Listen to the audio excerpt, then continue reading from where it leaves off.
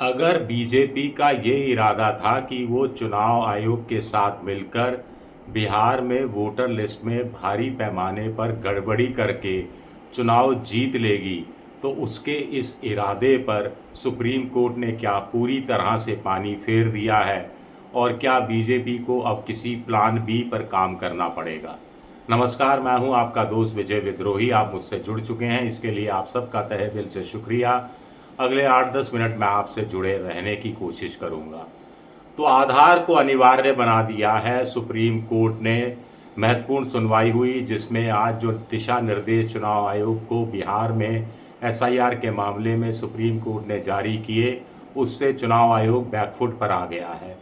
चुनाव आयोग ने साफ तौर पर कहा है कि जो 65 लाख लोगों के जो नाम कटे, उसमें जो 85,000 लोगों ने अपनी आपत्तियां दर्ज की हैं, आगे भी कुछ आपत्तियां अभी 9-10 दिन बाकी हैं दर्ज होंगी, उसके लिए भौतिक रूप से दस्तावेज देने की ज़रूरत नहीं है।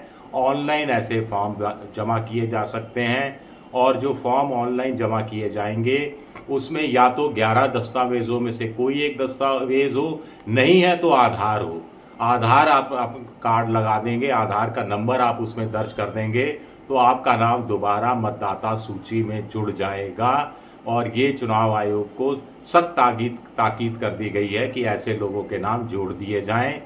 जहां पर भौतिक रूप से दस्तावेज जमा होंगे, फिजिकली डॉक्यूमेंट जमा होंगे, वहां बीएलओ को, ब्लॉक लेवल ऑफिसर को हर सूरत में हर कीमत पर पावती देनी पड़ेगी। दूसरा, सुप्रीम कोर्ट ने ये भी साफ कर दिया कि जो बचे हुए 7.24 करोड़ की जो वोटर लिस्ट जारी की गई है, 1 अगस्त को जारी की गई थी ड्राफ्ट वोटर लिस्ट, उसमें जो बीएलओ ने कहीं रिकमेंडेड कहीं नॉन रिकमेंडेड लिखा है, तो ये सब नहीं चलेगा। जहां नॉन रिकमेंडेड लिखा है उनके नाम भी वोटर लिस्ट से नहीं काटे जाएंगे अगर उन्होंने दस्तावेज ठीक जमा कराया है और उन दस्तावेजों में आधार कार्ड भी शामिल है। सुप्रीम कोर्ट ने इस तरह से स्पष्ट कर दिया कि पूरे जो 7.24 करोड़ वोटर हैं जिनका नाम वोटर लिस्ट में है, उन सब के आधार कार्ड मान्य होंगे। एपिक कार्ड तो है ही और साथ ही साथ आधार कार्ड भी मान्य होंगे। तो कुल मिलाकर चुनाव आयोग की जो एसआईआर की पूरी कार्रवाई थी, पूरी जो पेशबंदी थी, वही सुप्रीम कोर्ट ने एक तरह से उसमें पानी फेर दिया है, ऐसा मोटे तौर पर लगता है। प्रशांत भूषण जो वकील हैं एडीआर की तरफ से, उनकी दलीलें शायद काम आई। उन्होंने पहले भी 2 जिलों की सूची दी थी और कैसे दस्तावेजों के आधार पर बताया था कि करीब 10 से 12% वोटर ऐसे हैं जिनके नाम बीएलओ नॉन रिकमेंडेड में लिख रहे हैं। और अगर बीएलओ नाम अपनी तरफ से ही नॉन रिकमेंडेड लिस्ट में लिखता है तो इन लोगों को स्वाभाविक है कि 1 सितंबर को जो फाइनल लिस्ट आएगी उसमें उनका नाम नहीं होगा, वोटर लिस्ट में नाम कट जाएगा। और 7.24 करोड़ वोटरों में का 10-12% करीब करीब 75-80 लाख बैठता है। 75-80 लाख ये हो गए और 65 लाख वो हो गए जिनके नाम वोटर लिस्ट से काटे जा चुके हैं। तो ये संख्या करीब करीब 1.5 करोड़ के आसपास जाती हुई दिखती है।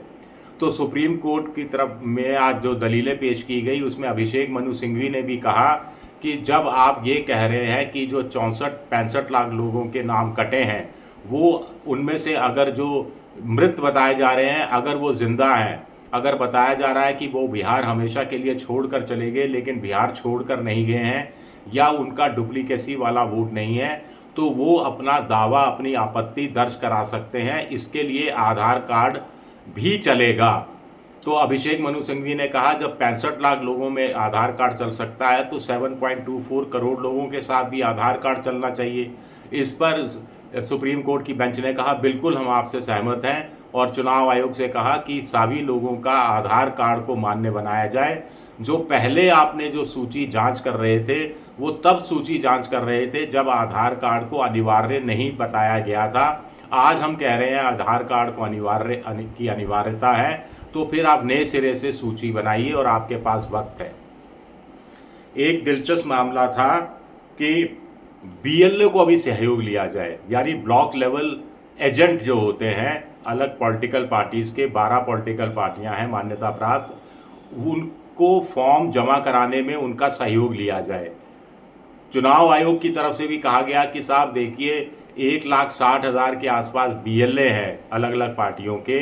अगर एक BLA एक दिन में ऐसे 65 लाख वोटरों के घर जाता है, उसमें से 10 के घर भी जाता है और फिजिकली वेरीफाई करता है, तो एक दिन में 16 लाख लोगों के फॉर्म एक तरह से वेरीफाई किए जा सकते हैं। दूसरी तरफ से दलीलें दी गई कि BLO अगर किसी वोटर का फॉर्म भरने जाते हैं तो मना कर दिया जाता है कि साहब हम एंटरटेन नहीं करेंगे ऐसा फॉर्म जो BLA के साथ आया हो। BLA कह रहे हैं जो ब्लॉक लेवल एजेंट है कि वो मदद करते हैं, इनडायरेक्ट रूप से मदद करते हैं। रेड फ्लैग यानी बताते हैं कि देखिए आपका फॉर्म नहीं है, आपके पास कोई डॉक्यूमेंट नहीं है, तो डॉक्यूमेंट का जुगाड़ में हम मदद कर देते हैं, लेकिन हम खुद फॉर्म नहीं भर सकते, क्योंकि अगर हम किसी दूसरे वोटर का जिसका नाम वोटर लिस्ट में है उसका फॉर्म भरते हैं तो फिर हमें एफिडेविट देना पड़ेगा, और एफिडेविट देने की स्थिति में हम हैं नहीं। तो चुनाव आयोग के ने जो दलीलें दी उसके बाद सुप्रीम कोर्ट बड़ा थोड़ा सख्त नज़र आया BLO के असहयोग को लेकर। इम्प्रेशन ऐसे दिया गया जैसे पॉलिटिकल पार्टीज़ के लोग शोर शराबा हो हल्ला तो ज़्यादा मचाते हैं, लेकिन फील्ड लेवल पर जब सहयोग करने की पारी आती है तो वो दाएं बाएं हो जाते हैं। तो ये सख्त आदेश दिए गए CEO की, चीफ इलेक्टोरल ऑफिसर को, कि वो नोटिस बाकायदा जारी करें और कंप्लायंस रिपोर्ट लें कि कितने BLA ने कितने लोगों के घर जाकर कितने लोगों के फॉर्म जमा करवाने में मदद की। अब इसमें एक दिक्कत यह है कि BLA जो हैं वो अलग अलग पॉलिटिकल पार्टीज़ के होते हैं, और बूथ लेवल के BLA होते हैं वो अच्छी तरह से जानते हैं कि उनके बूथ पर कौन उनका वोटर है, कौन उनका कट्टर विरोधी है और कौन बीच का वोटर है।